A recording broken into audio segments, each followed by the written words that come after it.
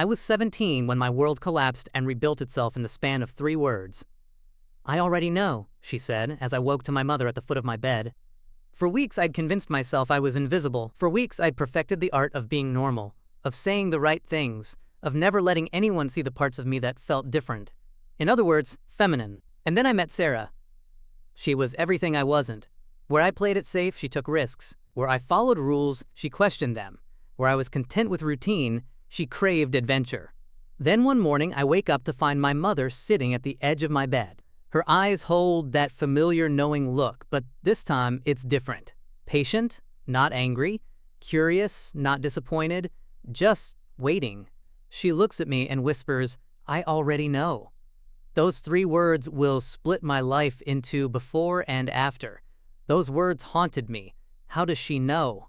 Was it something I left behind? Something someone told her? Or had she simply seen through me all along? That morning at 17, how do you process the moment when your deepest secret, the one you've guarded like your life depends on it, turns out to have been visible all along? This is the story of discovery, acceptance, and a secret that was never really secret at all. The terrifying beauty of being truly seen.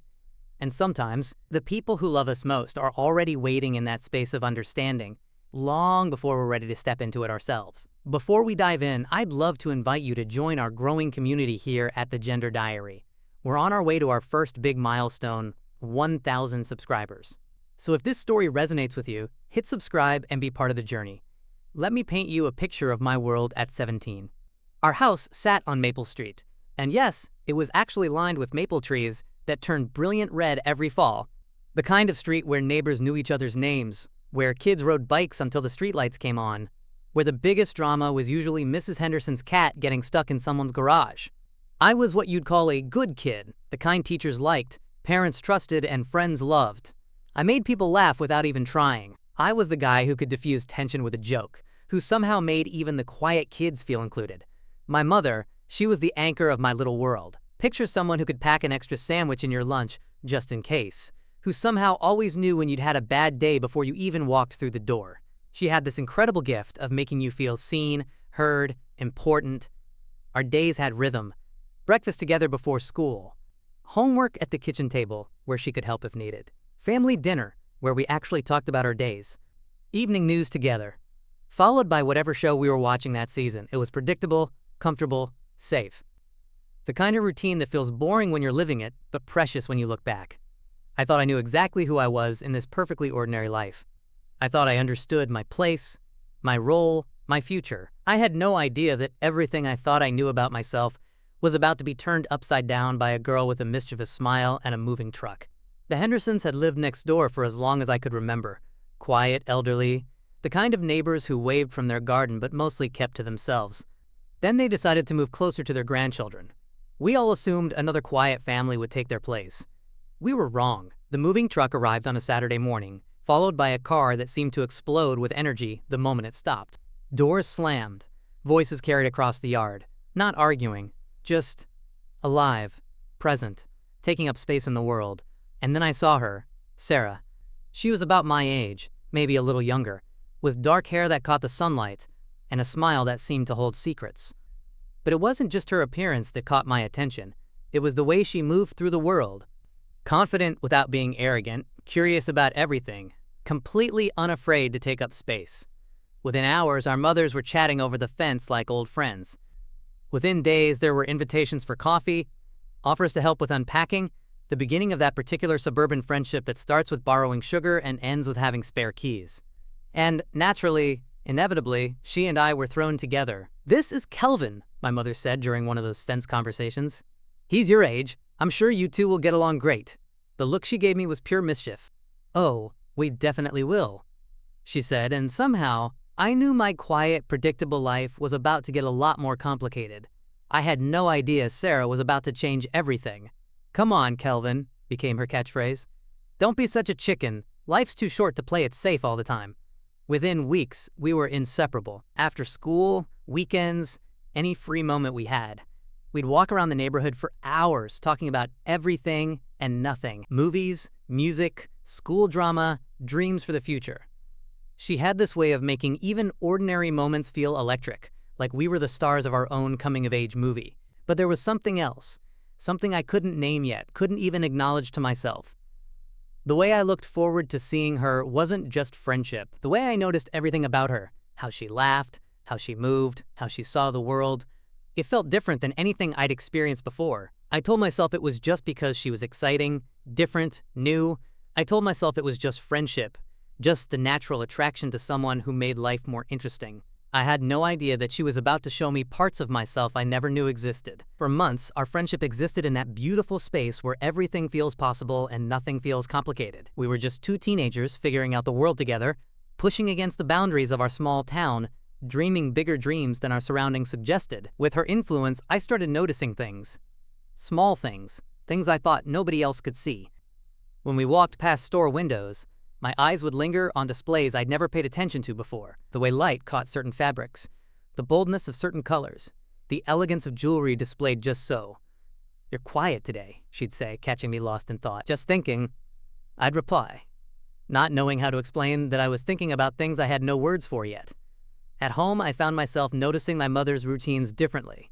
The way she chose colors that complemented each other, the care she took with small details, the way she arranged flowers, the softness of the sweater she wore, the gentle precision with which she applied lipstick each morning. These weren't conscious thoughts. They were more like an awakening, like suddenly being able to see colors that had always been there but invisible to me. The texture of different fabrics when I helped fold laundry, the way certain scents made me feel calm and happy. None of this made sense to me yet. I didn't have context, didn't have language, didn't have any framework for understanding what was happening inside me. All I knew was that something was opening, and it both thrilled and terrified me. It was a lazy Saturday afternoon in late spring, the kind of day that feels endless when you're 17, full of possibility and absolutely nothing urgent to do. We were in her room, supposedly working on a history project, but mostly just talking. Her room was everything mine wasn't. Colors everywhere, fabrics draped over chairs, jewelry scattered across her dresser like scattered starlight. It felt alive in ways I couldn't articulate. She had that look. The one I'd learned meant she was about to suggest something that would either get us in trouble or become one of those memories we'd laugh about for years. "Let's do this," she said, jumping up from where we'd been sprawled on her bed, supposedly reading about the Civil War. She walked over to her closet and started pulling things out. A dress the color of summer sky, a soft sweater in pale pink, a skirt that seemed to shimmer when it caught the light.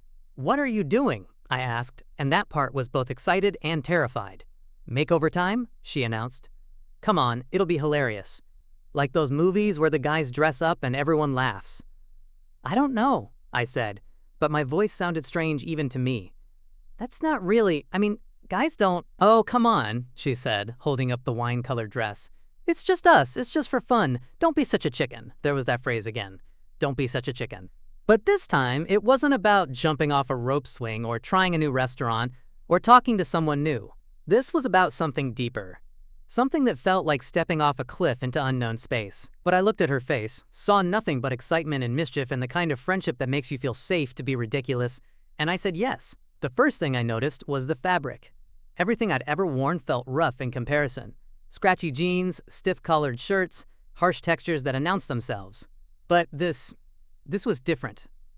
Soft in ways that felt like comfort, like being wrapped in gentleness. The wine-colored dress slipped over my head like water, settled around me like it belonged there. When I looked in the mirror, something inside me shifted so fundamentally that I couldn't speak for a moment.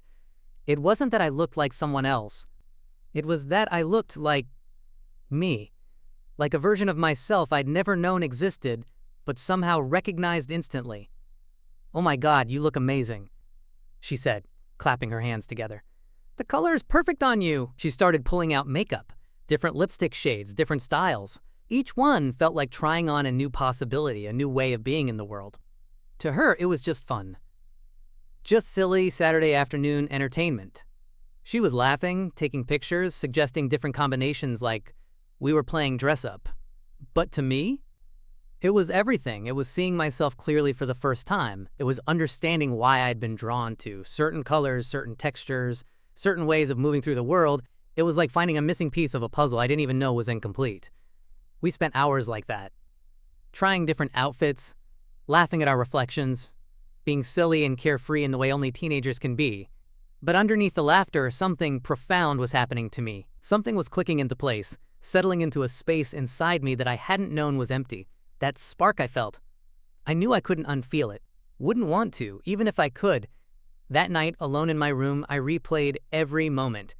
Every laugh, every color, every second of seeing myself in ways I'd never imagined. I expected it to feel like a one-time thing. A funny memory, a silly afternoon, something to file away under weird things we did as teenagers. Instead, it felt like waking up. Have you ever had one of those experiences that changes the way you see everything, even ordinary things? That's what happened to me. Suddenly, the world looked different. Walking through stores became an entirely new experience. My eyes would drift to sections I'd never paid attention to before. The way light played across silk scarves, the boldness of red lipstick and clean lines, the way certain colors seemed to call out to me like old friends. I found myself noticing textures everywhere. The softness of my mother's cardigans when I helped with laundry, the way certain fabrics moved differently than others, the appeal of things that felt gentle in a world that often felt harsh and demanding.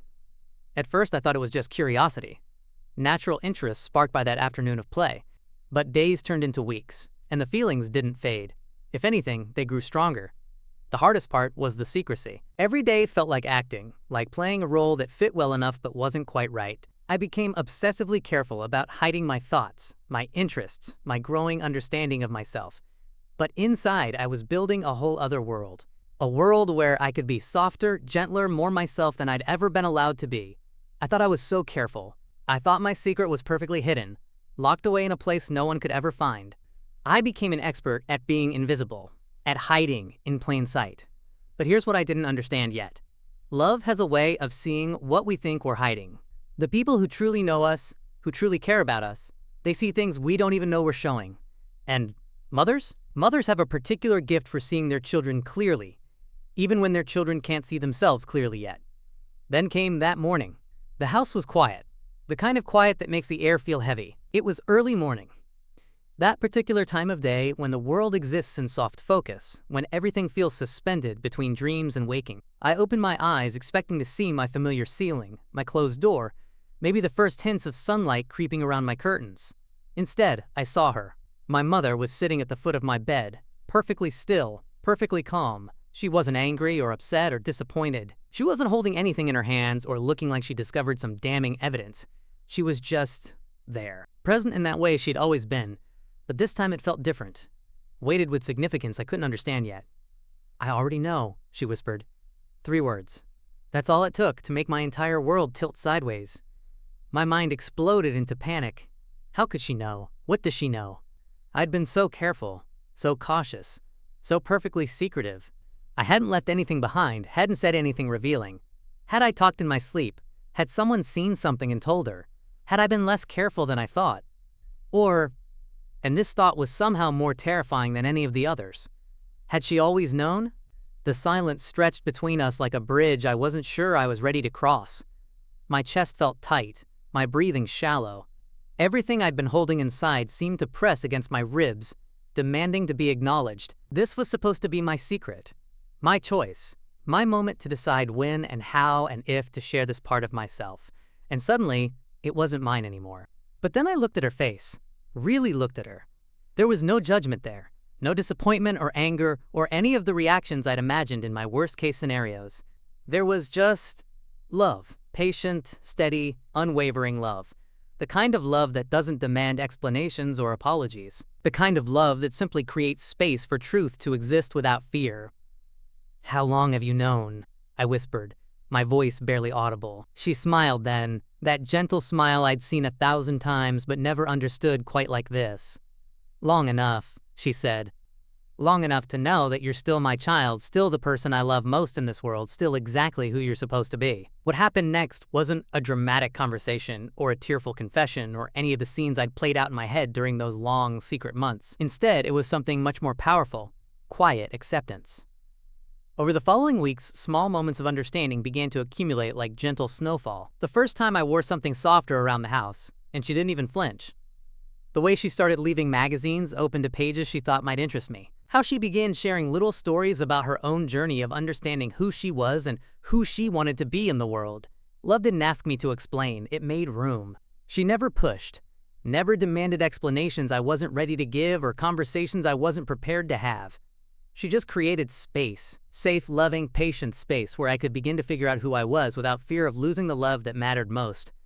There were still difficult moments, times when I felt exposed, vulnerable, like I was walking around without skin, times when the gap between who I was inside and how the world expected me to be felt impossible to bridge.